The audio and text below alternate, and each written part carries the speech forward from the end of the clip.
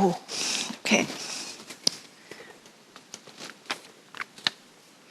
Die Kriege auf der ganzen Welt machen sehr betroffen und man möchte helfen und verändern. Da aber ja alles seinen Sinn hat, wird auch diese Situation nötig sein.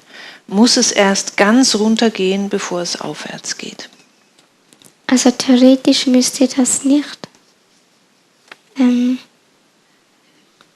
Es kommt halt auf unser Bewusstsein an, weil Kriege zum Beispiel,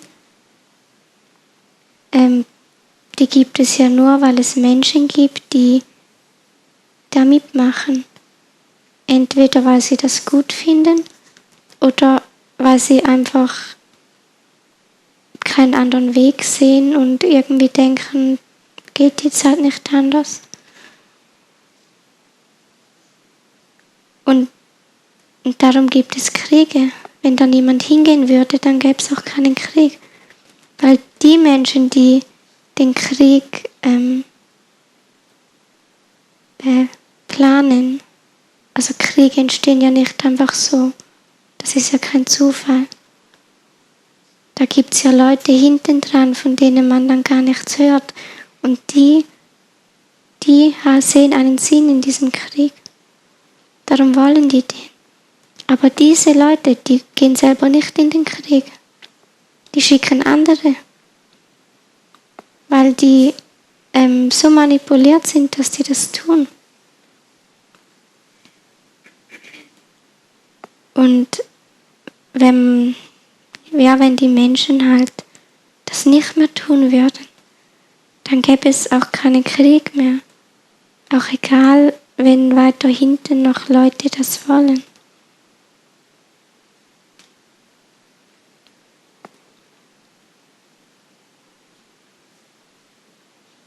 Also theoretisch könnte man vieles ja auch schnell beenden.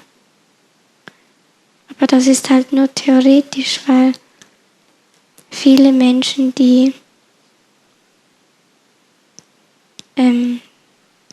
verstehen das ja gar nicht. Also die haben irgendwie das Gefühl, das ist nötig oder richtig. Oder können sich nicht vorstellen, dass dahinter jemand ist, der das steuert. Und andere Menschen, die haben einfach auch viel Wut in sich. Die kommt eigentlich von ganz anderen Situationen von früher her. Und dann suchen die sich halt einen Weg, wie sie damit klarkommen. Und wenn sie das in sich selbst nicht lösen können, dann projizieren sie diese Wut auf jemand anderen oder auf eine Gruppe oder auf ein Land.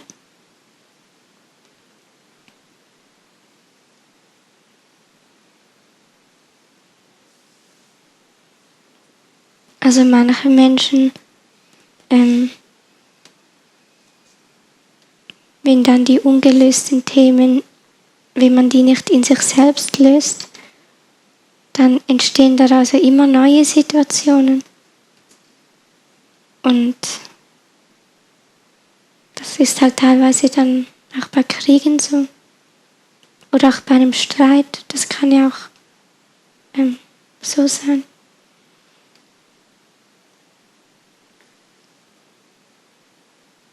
Und darum ist es eher schwieriger, dass alle Menschen verstehen, dass es gar keinen Grund dafür gibt.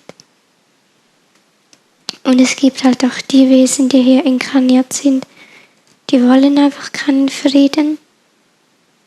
Und mit denen kann man auch nicht reden. Also, die verstehen das einfach nicht.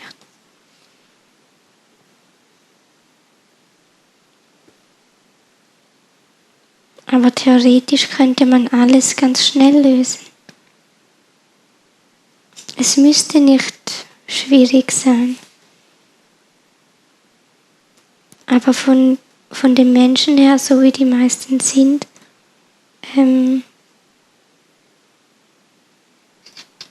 geht das halt auf die Art nicht. Und darum kann nur jeder einzeln für sich in sich Frieden finden. Weil dann geht auch diese Möglichkeit energetisch ins Feld. Und wenn dann irgendwann andere Menschen das auch wollen, dann haben sie es einfacher, weil energetisch Vorarbeit da ist.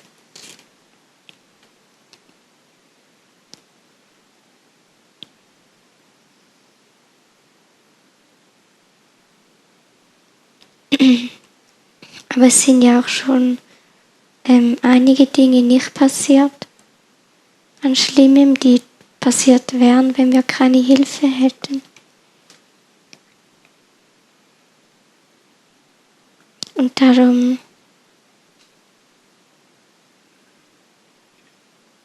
es gibt ja auch Lichtkräfte, die auch auf die Menschen aufpassen und gewisse Pläne auch verhindern können, die die andere Seite hat.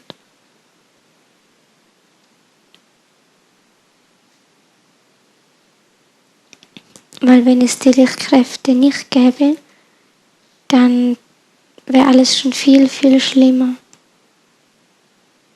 Also das ist für die ja kein Problem, das alles klar zu machen. Und darum sieht man ja, dass wir nicht alleine sind.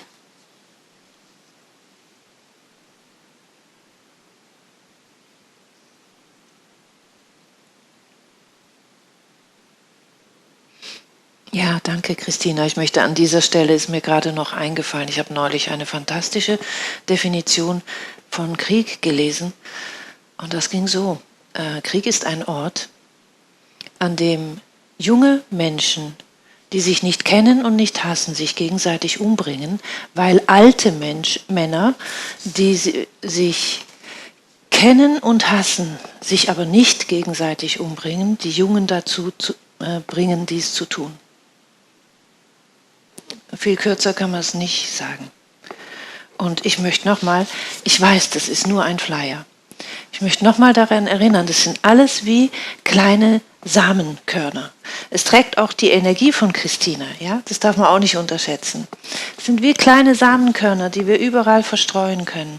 Und es sind wir, deshalb heißt es ja, wir sind Friede, weil wenn wir nicht mehr mitmachen, dann können die ihre Pläne nicht durchführen.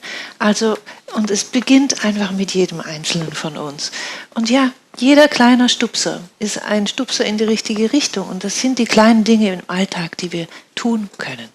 Es ist nur, ja, man kann sagen, ein Tropfen auf einen heißen Stein. Mit dem Flyer ist es doch nicht getan. Ja, aber mit einem guten Gedanken ist es auch noch nicht getan. Aber alles zusammen wird sich summieren. Und da sind wir ja jetzt dabei, oder? So.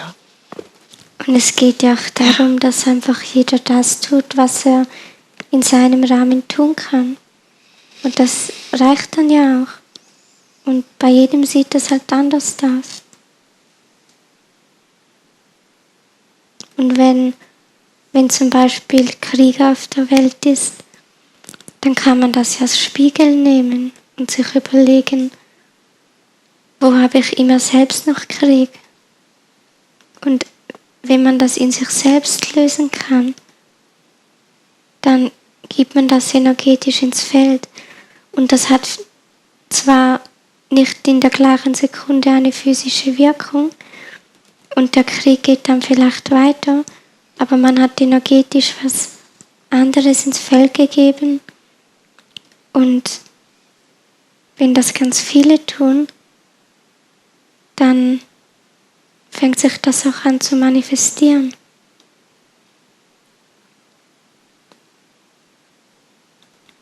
Und ich denke, wenn jemand in sich Liebe hat und Licht und Friede, dann will er ja keinen Krieg. Also, dass man Krieg will, da ist ja irgendwas in einem selbst ein bisschen komisch.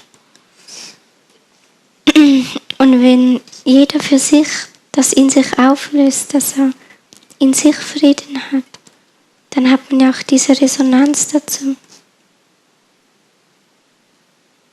Und das löst nicht alle Probleme in der Welt, Aber es ist das, was jeder in seinem Rahmen tun kann.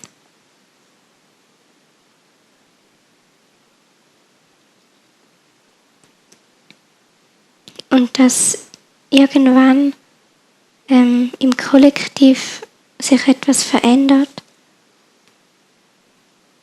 das geht nur auf diesem Weg. Und also die Menschen, die sich selbst nicht verändern, die können sich auch im Kollektiv nicht verändern. Und wenn wir eine Veränderung im Kollektiv wollen, dann hängt das von den Menschen ab, die sich selber verändern können.